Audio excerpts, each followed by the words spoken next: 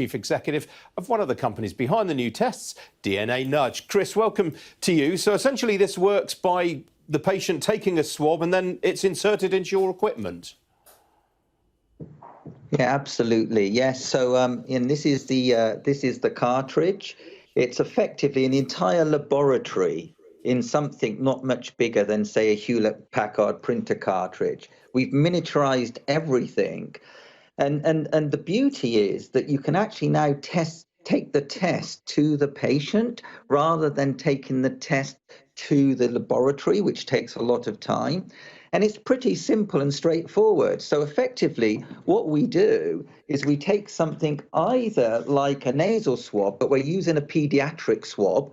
So this is very much a swab that you would use in a child. And effectively, you can either swab part of your nasal, but the preferred route is to use a saliva swab. And what we do is you can put the swab into the mouth,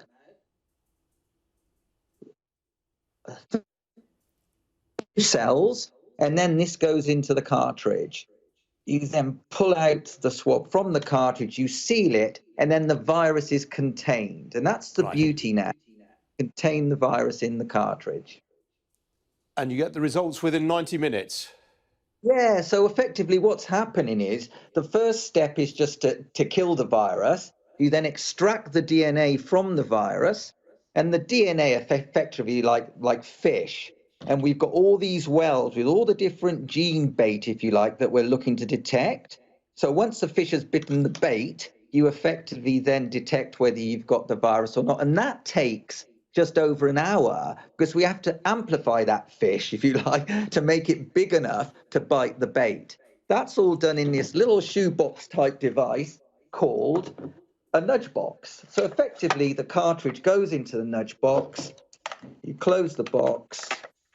And the reason it takes around an hour or so is because effectively every time you heat and cool the DNA, that's amplifying it, and that's known as PCR, and that's all done in this little portable box. Right. So yeah, the idea is to bring it close to patient.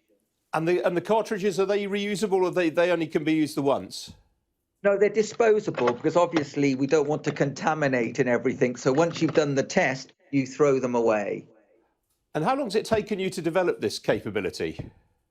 Well, actually, we repurposed it from something that we were using in retail anyway for genetic testing. The original idea was to not look for the genes of the virus, but to look at human DNA and to test things like risks for obesity and type 2 diabetes, which, as you know, are epidemic today. And effectively, and then you can shop with your DNA. We've got a wearable and you can go and shop. And pre-COVID, we thought to ourselves, well, actually, if we take the same technology and instead of put in the bait for human DNA, why don't we put the bait for the viral RNA? And that's what we did. So it took us from the time we invented it for DNA testing to the time that we're using it now for virus testing. It took us about 4 or 5 months of flat out repurposing from about March up until now. So it's been really, really hard work. We've worked with the Department of Health. We've validated it in major London hospitals, particularly St. Mary's, also at the John Radcliffe in Oxford. We've got great sensitivity. And one of the important value added functions is because we've got so many wells of many things. We mentioned flu A, flu B, RSV, but also we can look at human DNA, which means we're testing the adequacy of the swab. So if the swab was no good, we would know because we wouldn't get a result. So it would be an invalid. Whereas in hospitals, unfortunately, they don't have that control. And some of these results come back as negative when really the swab hasn't been adequate. So that's the beauty of a test like this with no lab as well. And how much will it cost per test roughly, Chris? So at the moment, I mean, it's being sold at absolute factory cost to the NHS, and we're just talking a few tens of pounds.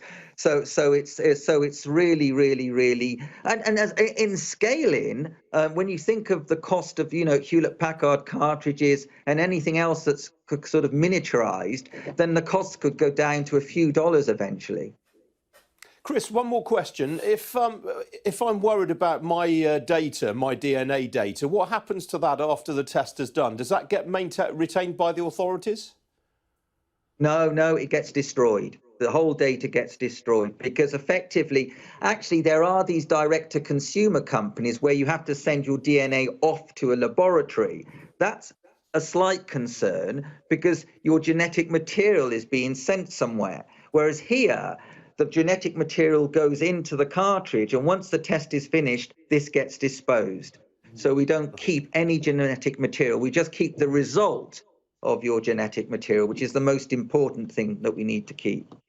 All right, Chris, that was an absolutely fascinating demonstration. Really appreciate you joining us. Thank you.